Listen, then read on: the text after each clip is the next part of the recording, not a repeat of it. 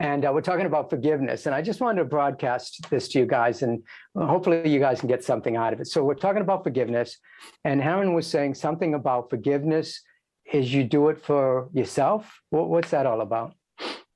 So, see, when we talk about forgiveness, a lot of people think that forgiveness is about other person. It's not about other person. It's not about forgiveness. It's not about you holding their hands and walking with them again. It's not about that. But you respecting yourself enough, you allowing yourself to move forward with your life. And it's never about the other person. Forgiveness is about a gift that you give to yourself. Yeah. So when you do that, even if you can't see, there's actually an energetic cord that connects you and the other person. And the more resentful that you are, or if you are really angry and you're holding on to this problem from the past that happened to you 10 years ago, 50 years ago, or whatever, and then the cord is going to get stronger and stronger and stronger, and then it's not going to allow you to move forward with your life. So the more you focus on yourself and allow yourself to say, I forgive you, it doesn't mean that I'm going to hold your hands and I'm going to accept whatever you have done to me. But when I forgive you, I'm actually gifting myself this freedom. I'm actually gifting myself this peace of mind. I'm actually gifting myself to be able to move forward with my life. So this is what you're offering to yourself. But if you want to hold on to the anger and resentment, think about this. If you are holding on to your anger and resentment, do you think you are actually punishing the other person, or are you doing anything to the other person? You are the one actually boiling inside. You are the one actually hurting inside. Hurting yourself. And the other person is walking around and doing their thing and they're carrying on with their life. But then you are boiling inside. You are really angry and agitated and resentful, and nothing's changing in your life. And it's affecting your happiness. It's only affecting your health. It's only affecting your progress with your life, isn't it? Yeah. So you're saying forgiveness doesn't mean you have to condone what the person's doing. It doesn't mean, like, my brother doesn't talk to the family at all because of something that went down a while back. He won't even talk to us. He changed his number, his phone number, his email address. He moved, sold his house and moved. We haven't heard from him in years. Okay. Yeah. And so I guess what I'm saying is that somebody like him, can he forgive us and still not want to keep in touch with us, not want to have anything to do with us? Absolutely. Absolutely. See, forgiveness is about realizing the other person is a human being as well. We all make mistakes. Can anyone say that I never made any mistakes, knowingly or unknowingly? It doesn't matter, because sometimes, we are so immature and we make mistakes knowingly, and sometimes we make mistakes unknowingly. So just accepting we are all human beings. We are all, part of this world. We all making mistakes. That's how we will learn. That's how we all evolve. Some people make mistakes 100 times to learn something from that. Some people make mistake once or twice, and then they learn from that and then move forward. But then realizing, maybe it's taking them longer to really realize that they are making mistakes.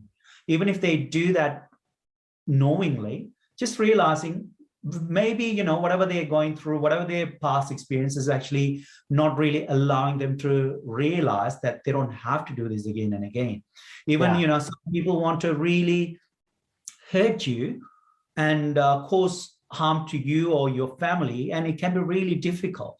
But at the same time, realizing, okay, I forgive this person and I put them away from me, and they don't have to deal with me. I don't have to deal with them, but then I forgive them because they are human beings after all. They can make mistakes. So, but also you have to say, it doesn't mean that you're going to become a doormat, and you're just saying that, okay, this is it. I'll forgive you, but I don't want you in my life, if that's what you want. And then moving forward with your life. See, there are different ways to look at forgiveness, If you're a person who's holding on to, are you a person who's holding on to this anger and resentment for 50 years? Yeah. holding on to this for 50 years is only going to ruin your life, your 50 energy. years. You're going to feel really drained holding on to these things. And then are you a person who's going to hold on to your anger for 20 years or 10 years, 10 months, or, 7 days or 7 minutes? Yeah. How long are you going to hold on to these things? Right. The faster you let go of your anger or resentment, yeah, one of my teachers always says that you are developed spiritually. If you can let go of that anger or resentment just like that, then that means that you are spiritually developed, where you are actually constantly working with yourself, realizing that, we all make mistakes. Yeah. Those people who say that, I can't forgive them for whatever they have done, can you touch your heart and say you never made a mistake in your life? Yeah. Like Jesus said, take the stone out of your own eye before you take the pebble out of your brother's eye. And the other thing is, too, until you walk in somebody's shoes, you can't judge them. And holding something of resentment against them is judging them for their behavior. Unless you've walked in their shoes, you have no idea what they've been through. Exactly. To be able to do the thing that they did that you are resentful for. So you have to just, it was like the Christ on the cross that said, I'll see you in the kingdom. The prostitute who came up to him and washed his feet with her hair and stuff. And, he said, go, you're forgiven, God. And I don't think God holds any judgment or criticism about anybody or anything. It can't. How can it? If it did, this whole world would be in chaos. But the infinite divine presence, it's all cause and effect, and it allows people to be who they are, and it doesn't hold judgment. It doesn't rain on some people and sunshine on the others. It's not a respecter of persons. It's love. It's the love intelligence of the universe. It only knows love. It doesn't know the feelings that we have of anger, resentment, guilt, all of these things. That's a human experience. We're talking about a divine experience. And so that when you in the science of mind, what I teach is you have to look at every individual as if they are God. They are a divine expression. Okay. And that no matter what they're doing, they are a unique, individualized expression of the infinite. They are God. You're looking at me, you're looking at God. I'm looking at you, I'm looking at God. I'm looking at the divine. And if you can see the divine in somebody, instead of resenting them and holding anger against them, you're going to bring that out of them. All of a sudden, they'll shift because you're seeing them as the divine, because whatever we see and experience and put into our subconscious mind is what we experience. The universe reflects back to us whatever we put into it. So if you're looking at somebody and saying, you're an asshole, I can't stand you, you're a judgmental person, or whatever the person is, then you're going to get that back. The person's going to be more and more of that. Whereas if you can switch your mind to see them and forgive them, that they know not what they do, that they're a divine, unique, individual expression of the infinite, and I forgive them for what they do, then all of a sudden they have no other choice but to either switch or you move on and don't have anything to do with them. But most of the time, my experience has been that the person that you're seeing and forgiving as the divine, all of a sudden they shift. They're a different person. It's like a miracle. You know what I'm saying? And it's not that you're doing anything different to them or saying anything different to them. You see them differently and they become that, because your thoughts of them are so powerful, because we're using our superconscious mind, right? When we see them as a God divine expression, because we're using the superconscious mind and they're using the conscious mind, which is in fear, doubt, and worry. So our thoughts are so powerful that they have no other choice but to become the thing that we see them as. Does that make sense? 100%. The thing is that, I was actually doing a workshop and I was talking about exactly that, where, this is our conscious mind. The conscious mind is actually, it has polarity, where we can only look at things and say this is either right or wrong. And when you move away from the conscious mind into the subconscious mind, and then you go to the superconscious mind, when you go to the superconscious mind, that's when you actually start seeing there's no right or wrong way. This is all just one. So when people look at God, or people talk about the divine aspect, they say, oh, God is going to punish you, I'm going to hell, or if you don't follow this, you're going to hell, if you don't do this, you're going to rot in hell, and all these kind of things. But the thing is, people who get caught up in this, they can only look at it from this perspective, whether it's right or wrong, or night or day, right or left, those kind of things. It's not going to help you at all, because the divine aspect is actually, it has only love. It loves you unconditionally. It's not there to judge you. If your child falls down 100 times, you're not going to pick your child and beat your kid and say, you're stupid idiot, because you have this unconditional love. You're going to encourage the child to walk. You're going to encourage the child to continue to try and stand up and walk and do these things. And likewise, the divine is actually looking at you and saying that, oh, you making a mistake, it's okay. Even that's not a mistake. It's only a learning for you, for your soul, evolve to the next level. So asking it from, or looking at your life from that perspective, rather than just getting caught up in it and saying, oh, this is the right way, this is the wrong way, I can forgive this person, I can't forgive that person because they did this to me. So all that is only in the conscious mind, in the 3D reality. That may help you to boost your ego in a way, but it's not really going to help you go beyond that level where you're going to, for your survival and all that. It kind of help you, but then not to tap into this divine aspect. So you need to go beyond that to create your own reality. So forgiveness is very important when it comes to that, because when you forgive, you can move away from this reality and go up and tap into the subconscious mind. Yeah, exactly. The whole thing about polarity, good, bad, right, wrong, there is no polarity in the infinite. There's only it expressing itself as perfection, as perfect wholeness. It doesn't know iniquity. It doesn't know pain. It doesn't know suffering. It can't even conceive of that stuff. It only knows love and the expression of itself, which is pure love. And so it can't see, we see the polarity, but there is no polarity in the mind of the infinite. And so when we start seeing with our superconscious mind, or what we call the mind, spiritual mind, in spiritual mind treatment, that all of a sudden there is no polarity. It just things become the way you think of them, which is there's no polarity here. There's only one thing happening. That's God expressing itself in perfection as this person. And all of a sudden, that's what it is. That's what it becomes. I often heard something where somebody said that everything that exists in the universe only exists because we put attention on it. And the minute we take attention away from it, it's not there. It doesn't exist. It has nothing to hold it into form. And so the same thing is with our minds, that we hold everything into form with our minds.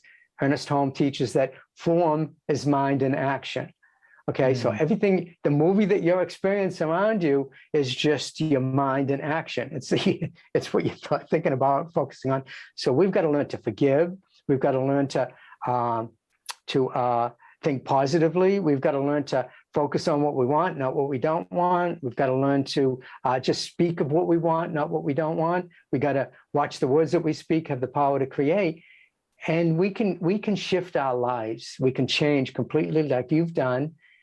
You went from really tough life, it sounds like there, into a quick like awakening where you just realize it just hits you. Now, I remember when I was studying with Christians and stuff, and they said that you were slain in the spirit was a whole thing where it was like in the Bible, it talks about the wind blows and where it comes from and where it goes, nobody knows. But it's there. And the same thing with when the spirit touches you, that it just comes. You don't know where it came from or how it came. It's just there. And so that's an experience that it sounds like you've had. And And it's something that I think we're all, as coaches and spiritual teachers, wanting to help our people get to that point where they can, with something inside of me, to me, it's the genie within. Yeah. The genie within. Release the genie within, because the divine presence is within you. We have to release it, and we release it through spiritual practices, mind, body, spiritual healing that you do too. So I love what we discussed so far. And one thing I want to discuss, I want to just point out this as well. Sure. A lot of people say that, I don't have to forgive. I can still manifest things. I don't have to do this, but I can still create my own reality. I can hold on to this anger and all that. One of my teachers always used to tell us that we are like antennas. Yeah, we are like antennas. We are sending and receiving signals all the time. And however, most of these antennas are rusted. So you're not sending clear signals, and you can't receive clear signals either, because you're rusted. These rusts are your negative emotions, like this. If you can't forgive someone, you're holding on to this anger and resentment or guilt or anything, then it's actually like a rust. You can't really have clarity in your aura. If you really look at your aura, what happened? All these things will be just floating around in your aura like dark clouds in your aura. And then that will stop you from really radiating, and it will only stop you from shining. Yeah. And the best thing is to clear all that. The clearing that is coming from forgiveness, and also there are other spiritual work that we can do as well to do that. So when you have these things floating around in your aura, in your energy centers, in your mind, in every aspect of you, life becomes very difficult. It becomes a very big struggle. You have to really work hard to get something. But then when you are clear, when your channels are clear, when your thoughts are clear, when you let go of your past, then your manifestation just happens just like that. Yeah. I want to leave you all with that. Yeah, it's instantaneous. That's right. The infinite creates instantaneously. Okay. And so when you clear that, you're right, when you open that channel, that energy, then manifestation becomes bingo, instantaneous. Yeah. I've experienced that, and I'm sure you have too. I think this was a great little conversation. How do people get in touch with you if they want to hire you for your services, or to take one of your programs? It sounds like you got your stuff together there. I would like to take your program.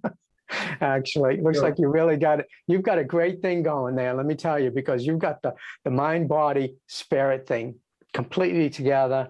And I'm sure that your clients are just having phenomenal results from the work that you're doing. So how do people get in touch with you? Thanks, Richard. Thanks for that. The way you can get in touch with me is to look for me on Facebook, Haran Singham. So Haran, and then Singham is Singham for Mary.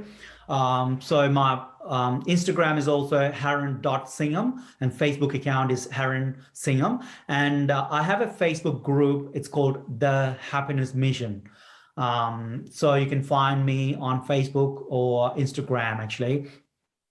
And so thank you for being here with the Infinite Filmmakers. Release the genie within. We're all going to release that genie within, because we have the power within us, the divine presence in and as and through each and every one of us is perfect, whole, and complete, expressing itself as a unique, individualized expression. And our lives are meant to be experienced as perfection.